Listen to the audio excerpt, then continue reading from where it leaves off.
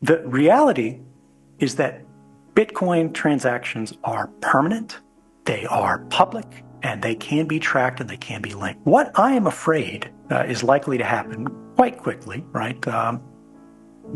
Probably not this year. Within 3 years, it'll begin being done. I think at some scale, within 5 to 10 years, it'll be done absolutely regularly, routinely. Is that they're going to take all of the transaction information that they can get. Bitcoin is an extremely powerful tool in protecting our hard-earned money, but if we're not careful, it could be our downfall. In a recent speech, former American NSA intelligence contractor Edward Snowden warns that our privacy is at risk with the rise of artificial intelligence and blockchain technology like Bitcoin. In his 2024 Bitcoin conference speech, Snowden notes how AI can soon analyze Bitcoin transactions, revealing user identities and compromising privacy. He explains that Bitcoin transactions are not truly anonymous, and they're traceable and public. Many transactions can be linked to real identities through exchanges that share data with regulators. This means a lot of Bitcoin transactions can be traced back to real people. Stay until the end of the video to hear Edward Snowden explain how we can stop the world from being a world where we are deprived of our privacy and freedom. Also guys, only a small percentage of my viewers are actually subscribed. If you enjoy staying up to date with finance content, consider subscribing or liking the video. It's free and you can always change your mind. Now, here's Edward Snowden as he explains how Bitcoin is a power. I want to say, first off, it's a pleasure to be with you. I spoke recently at the Bitcoin conference in Amsterdam, and the things we talked about were very different. It's remarkable what a difference we see in just 9 months. The last time, the topic was really about how the game is rigged, but we can't leave.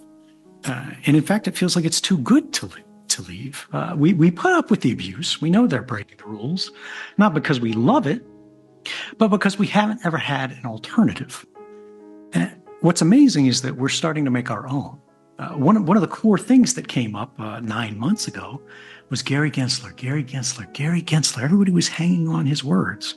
And I had to remind everybody that Gary Gensler is not Daddy Bitcoin. And now it's much easier to make that argument because we see that, in fact, Bitcoin is Daddy Gensler. We are winning, ladies and gentlemen.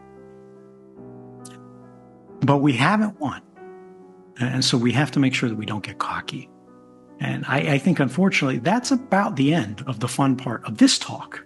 But I think this year, plenty of people will be talking about the happy stuff. So you won't need me for that. I noticed that we have a lot more political representation this year, which is a wonderful, remarkable thing. We've reached the fight, the stage of the fight where, they go, oh, then they fight us. But it's actually, then they try to get us to love them. And what I want to say on that briefly, because I don't want to make this talk about all the politics there, is cast a vote, but don't join a cult. They are not our tribe. They are not your personality. They have their own interests, their own values, their own things they're chasing. Try to get what you need from them, but don't give yourself to them, even if you have to vote for them. Instead, what I want to do is set this frame a little different for this conversation. I want you to reflect on where we are, how we got here, and where we're headed. There's a passage from a book that I think for this crowd really resonates. It says, for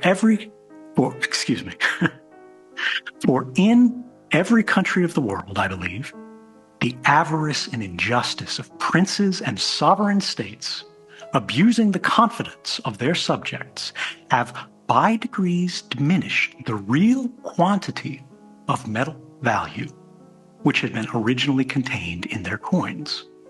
Adam Smith, Wealth of Nations, written in the year 1776. We're not playing games with metals anymore. But if you look around, you can see that the problems from that kind of thinking are springing up everywhere. They're reaching us. They're choking us. And you see this in the internet as well. What is it that's wrong with the internet? The thing that's wrong with the internet is what's wrong with the world, because more and more they're one and the same. A system has been constructed around us, not just through administrations, but through generations, that is fundamentally unfair. What do I mean by that? Look at the economy, right? There's an increasing concentration of resources into fewer and fewer hands. So it is now even with the human voice. Winner take all is the model that's apparent on platforms as far as the eye can see. Whether you're talking about broadcast media, whether you're talking about legacy media, whether you're talking about newspapers, whether you're talking about social media, minority opinions are increasingly made to survive at the indulgence of the censor. They're clinging to the edge of the platform by their fingernails. You see truckers in Canada that are getting debanked, and you see students at Columbia are getting de-hired for the things that they express. Now, we don't have to agree with them. We shouldn't necessarily agree with them, but they should have the ability to argue. They should have the ability to persuade. They should have the ability to dissent. They should have the ability, frankly, to disrupt. That's the thing that makes us progress, right, is the disagreement. If we accept that the system that we inherited is the best that it can possibly be, that it shouldn't change, it shouldn't be contested, what we're saying is that we've gone far enough. This point in history is the best, and it's not. We know it's not. It doesn't matter whether you're liberal, it doesn't matter whether you're conservative. If you stick out, if you stand out, you're going to become non-normative, or rather anomalous.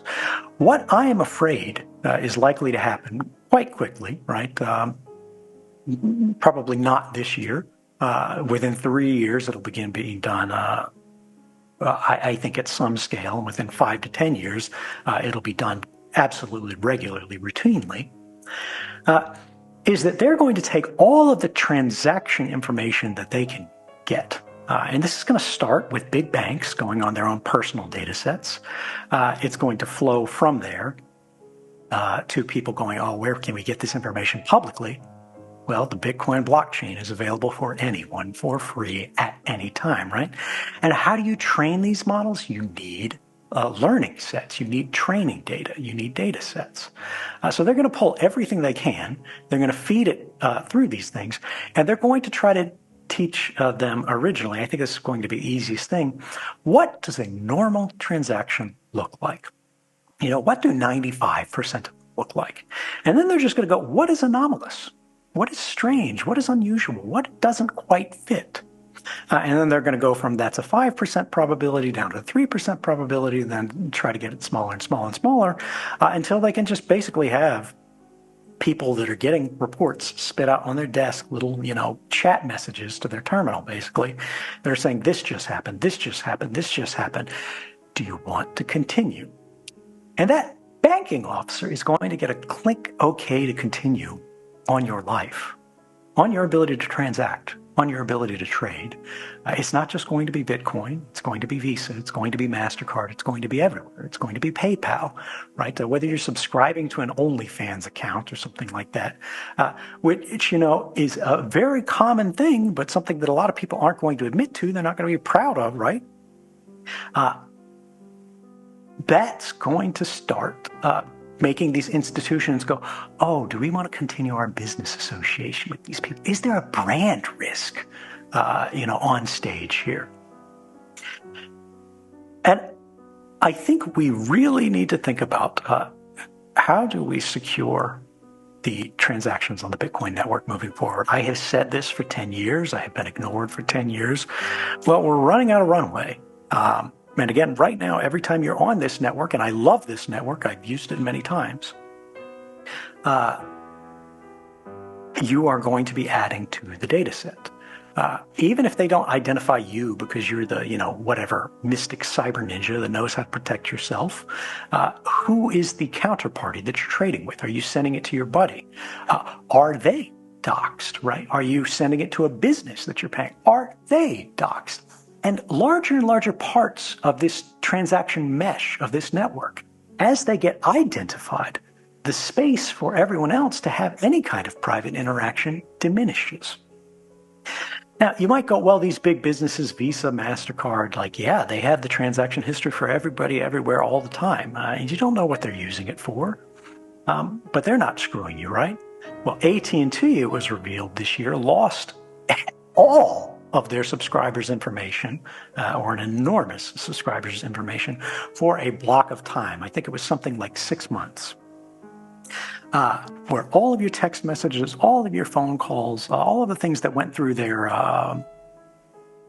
routing network, including some cell site location information, which means which cell phone tower you were connected to, were stolen by hackers. They haven't said who they are. As far as I know, they may not have been identified yet. Maybe they'll never be identified. We don't know whether it's state-sponsored or whatever. Maybe there's been ongoing reporting since then. It's revealed it. Correct me if I'm wrong. I'm sure somebody will be out there to tweet about it. But the bottom line is this, right? These enormous data sets are a liability. We know they cannot protect them. You cannot control them. And they can have enormous influence over our lives. All of these people who are coming up on stage and saying these wonderful things about how much they love Bitcoin, how much they love you, how they're going to do all these wonderful things to make something better.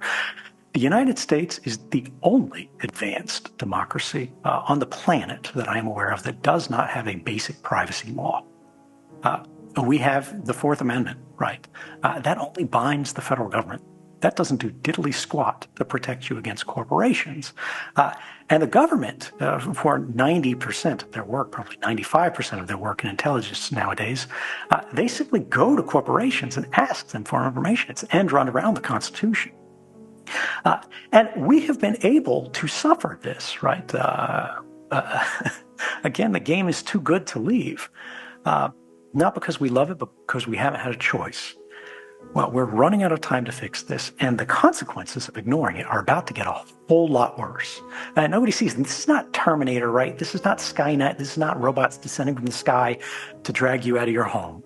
That might come someday, but that's a long way off. We're talking about things that are much more banal, but much easier to do. We talk about that concentration of power. These politicians, right? A lot of them probably don't love that they have to come up on this stage and give a dog and pony show to dance for the crowd that is suddenly much more powerful. Well, the people that they have always been accountable to are about to get a much tighter hold on the leash, not just of them, but of everyone. Snowden predicts that within the next few years, big banks and other institutions will start using AI to monitor transactions on the Bitcoin blockchain and other payment platforms like Visa, MasterCard, and PayPal. These AI models will identify anomalous or unusual transactions and flag them for further scrutiny. This could lead to banks and other institutions deciding whether or not to continue doing business with certain individuals based on their transaction history. In short, Snowden's dramatic message is that AI and blockchain technology could strip away our financial privacy, and we must act now to protect ourselves before it's too late. This is a call to action to ensure Bitcoin and other financial systems remain private and free from excessive monitoring. Anyway guys, before we go, if you want to stay most up to date on the crypto and Bitcoin world, make sure to subscribe to my daily 5-minute crypto newsletter. It's a concise resource for the latest expert predictions, breaking news, and top-on-chain analysis, trusted by over 50,000 subscribers for insightful crypto investment information. Don't miss out on the opportunity to stay informed in the crypto market. The link is in the description below. I hope you all enjoyed today's video and that it provided you with some value. I'll see you all in the next one, and as always, all the best.